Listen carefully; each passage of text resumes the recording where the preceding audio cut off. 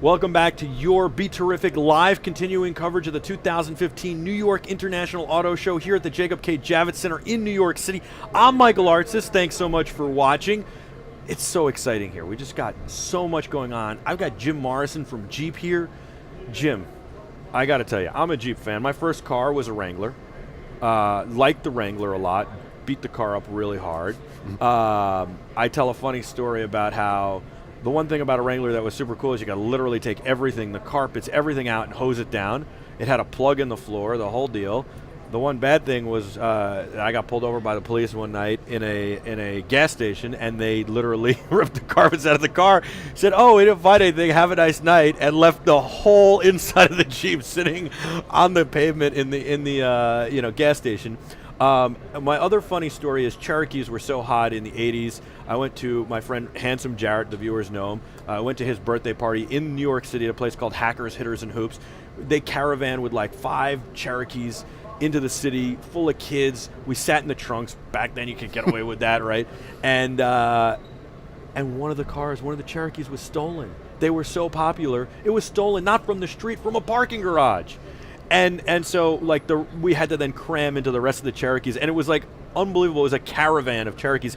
Everybody on Long Island had Cherokees in the 80s and 90s. Great cars. You guys have, you've had your best sales month in company history last month. You've got the Renegade. You've got the obviously the Wrangler. You've got the Cherokee, the Compass. You've got all sorts of great vehicles, and I feel like Jeep is like one of the most American brands you can have. It started with our Army.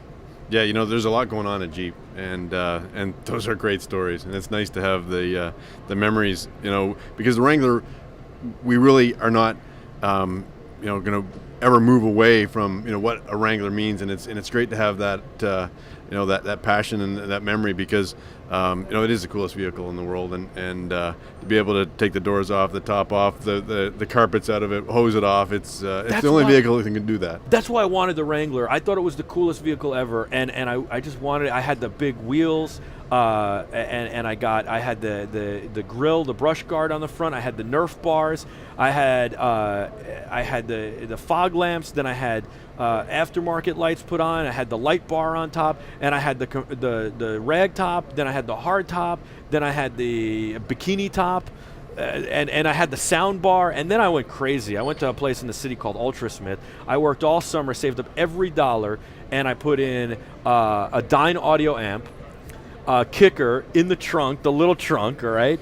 I put in Dyne audio speakers, and they were, I think they were 5 1/4. Does that sound right? Plus tweeters in the sound bar. I had a Sony head unit that you could pop off so that nobody stole the head unit, because you could have just cut the top and all that. And I had the CD changer, the whole deal, and then I had a car phone installed because I was an idiot. Yeah. I had to top it off with the car phone. But I had so much fun with that car. Well, it's neat. You're almost describing, what we have here in downstairs. It's called we have a special edition Wrangler called the Rubicon Hard Rock, and that has a 9-speaker, 500 watt. With a massive subwoofer. Wow. And it's amazing. Even with the top off and the doors off, it still sounds incredible. Isn't the Wrangler like a moving party? It is. There's nothing as cool as a Wrangler, because it can do so much. Very capable, as you know.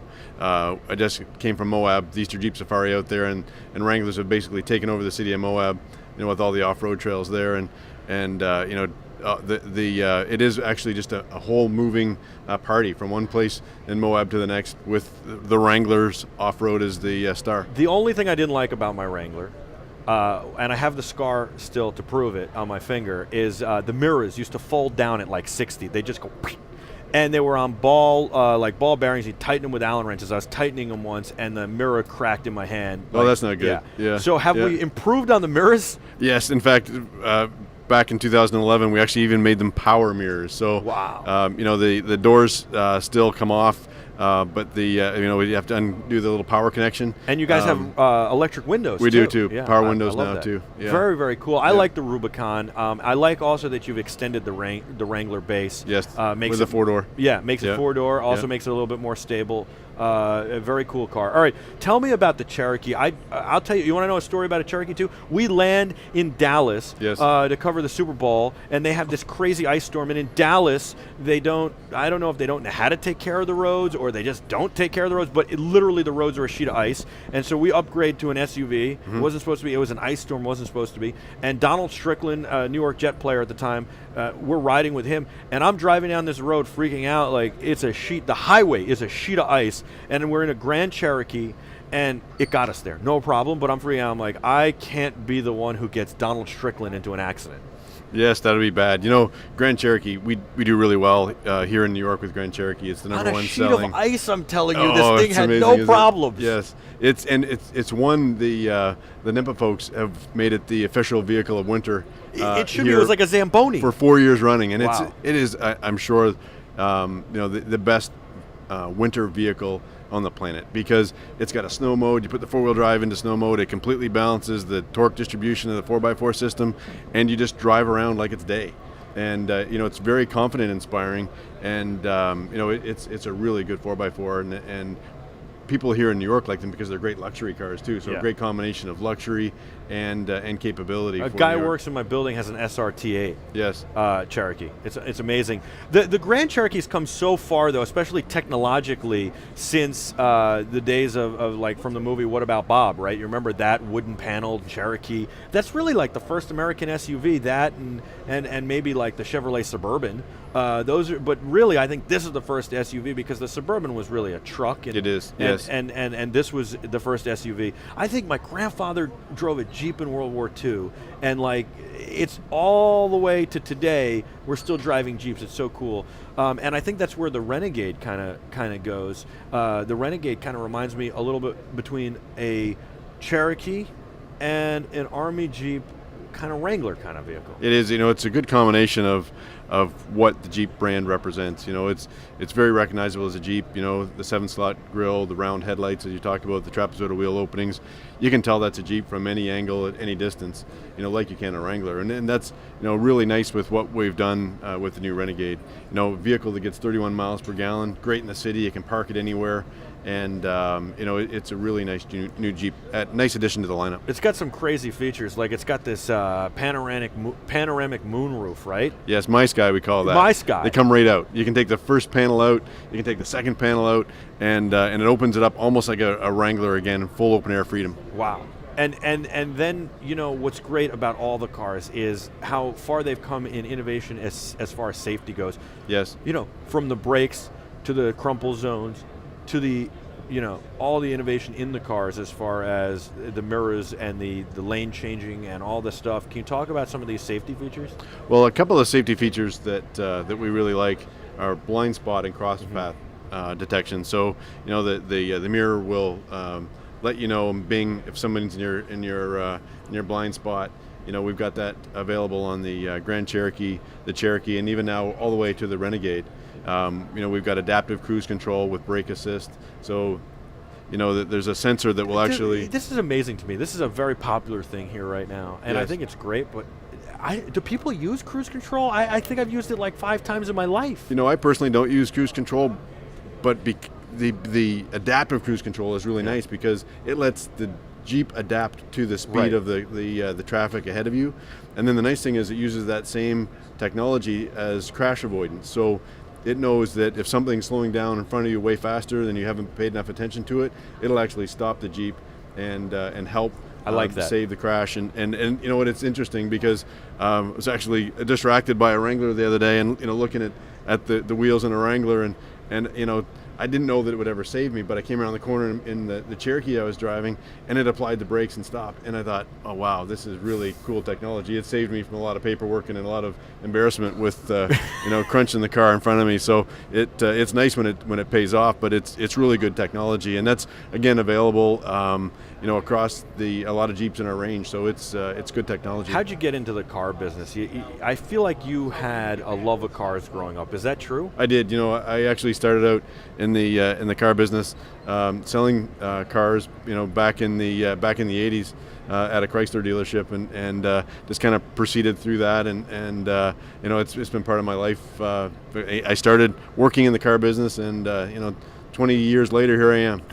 It's pretty amazing. How'd you get to Jeep? How did I know you started as a salesman? How do you wind up getting to Jeep? Well, I started as a salesman in the dealership as I was doing my MBA and Sure. kind of paying my way through school. And it turned out that in Chrysler, What was the in most 90s, popular Chrysler back then? Well, back then it was probably Dynasties, Okay. Caravan, minivans. All right, yeah, the Caravans were popular. The LeBaron wasn't that popular? Yes, back then, and then Grand yeah. Cherokee had just come on the scene in '92, and of course the Cherokees, in the '80s were defining what SUVs meant. Yep. And so that part of my business, attracted me to the business, and certainly the Jeep part of it. Where I grew up on the East Coast, the only way to get around was with a Jeep. So if you wanted to get through the snowstorms, and this was a crazy year again, but that's what attracted me to Jeep was, just that was how you got around.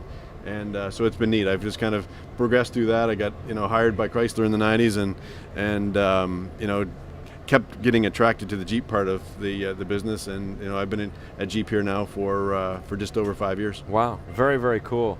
Well, I thank you so much for coming on. I really appreciate it. You were excellent, and I like Jeep. We're gonna do a little bit more tomorrow. We're gonna show them a ride. We're gonna take a ride in a Jeep, right? Yeah, I look forward to it. We can go from your stories with the Wrangler and the Cherokee, and then we can take the audience through. Here's today's 2015 Wrangler. Here's the 2015 Cherokee. And you can see how much the vehicles have evolved, yet still being true to the roots and their heritage of being great four-wheel drive vehicles. Very capable, very much living up to the names. Yeah, absolutely. And my friends would call my Wrangler the tank. Yeah. It was a '97, so it was the first one back with the round headlights after the squares for so many years. Yeah. I always loved the way the CJ7s looked, and I think and the whole CJ series. So this was, to me, this was like a modern CJ. Yes. Yeah. So it was TJ. cool. Yeah. Yeah. It was good. We'll look forward to the drive later on. Absolutely, thank you, and we'll do it, and the viewers will get to see it tomorrow. Yeah. And I've never, by the way, I know you guys have done this kind of thing here at the auto show. I've covered the auto show since '98. Yes. I've never been in that. You've got to check out Camp I'm Jeep. excited. It's good. We'll take you to the top of the mountain, and be looking out over New York. With a vantage point that nobody else I know the gets to viewers see, can't wait. So it'll be a lot of fun. All right, Jim Morrison from Jeep. We'll do a little bit more with him for tomorrow. That'll be later today, but you'll see it tomorrow. And we have a lot more to come on your live BeTerrific continuing coverage of the New York International Auto Show 2015 right here on BeTerrific.com from the Jacob K. Javits Center. Don't go anywhere. We'll be back right after this.